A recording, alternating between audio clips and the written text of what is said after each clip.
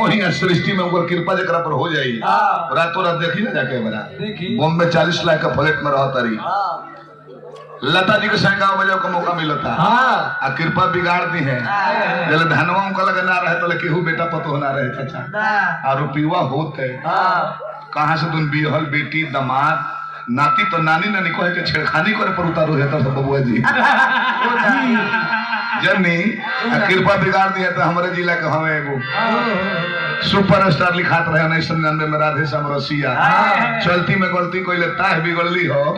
कि घर जाके देखी गोपालगंज तना साफ टेम्पू हाँकता बेचारा वो चौबिया से चालू होके ना रस्सी बहले बड़े मुठौरा लगा के हर दे खींचता रही भर दे चालू होके बढ़े लगत हो टेम्पो स्टार्ट हो गइल बड़ा हमरो कमाइए की कृपा हनु तो हमारा बॉडी के बहुत दिन स्टेशन पर बैठ रही थे कृपा कोयली तरह सब बोलाओ तनी सुनता नहीं 1000 रुपया मुखिया जी देता नहीं जबकि 300 रुपया खाते है सब गोड़ कर लो मनरेगा में लाइन लगा के कुदारी काटता लो तो वो मुखिया जी कहता नहीं कि जाए एक हफ्ता बाद देखो लेगा गलती करनी हो सही है तब का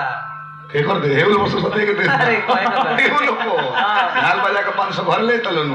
त ये लोग के बॉयस वाला डुमरसन चल जे बदे छील लेता रसो 200 को दो कहब तो हम माने के तैयार बने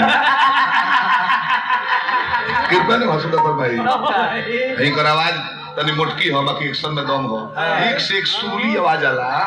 अठजाम में आवाज मार के तरस के रीडे नहीं के धरत कहां से मरले बा आ जाए एक बार मालिक के जो होते हो था की जाता सब बेचारे केने बानी ओए पर लाइव लाइव आ जाता का नाम बाबा पहलाद साहनी जी 100 रुपया पुरस्कार दिले बनी भगवान वक बनौले रहे साहनी परिवार बनो रहे देखो हम ले ले तो हमरो बाद में लागी अभी ना बाद में कहे यार बीन सोरा हीना बानी हम तो बुद्धि से बिहीना बनी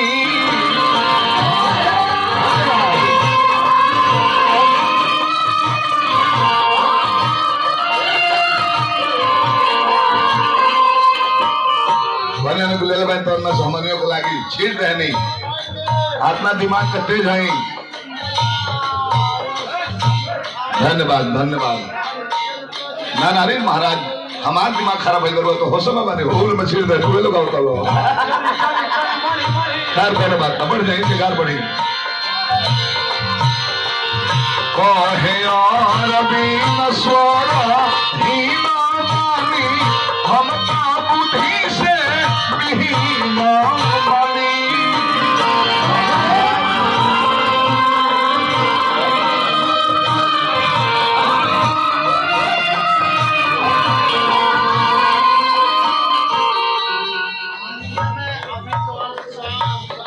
राहुल भाषा जो बुझे तो से कागज पर लिखवा के ले हम पढ़ के समझ जाए हम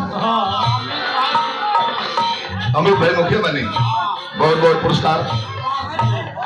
रवा पंच में राहुल पंचायती तक जवान लोग सह गए पानी साबिल पे बचाई राम ने रौला स्वर्ग वाला की ना बनी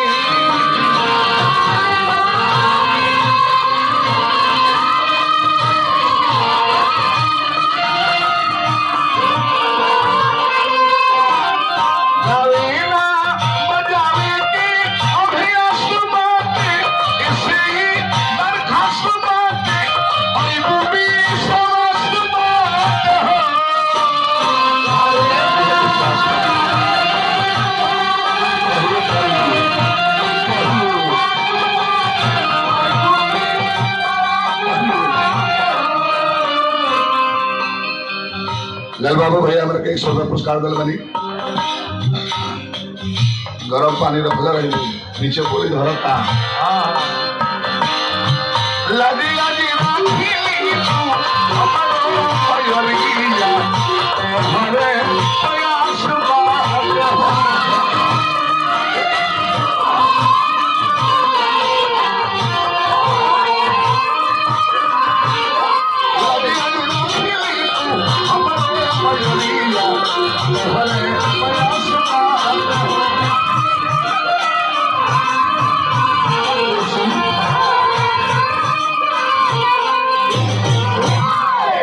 वही वाली कुर्सी मंगा दी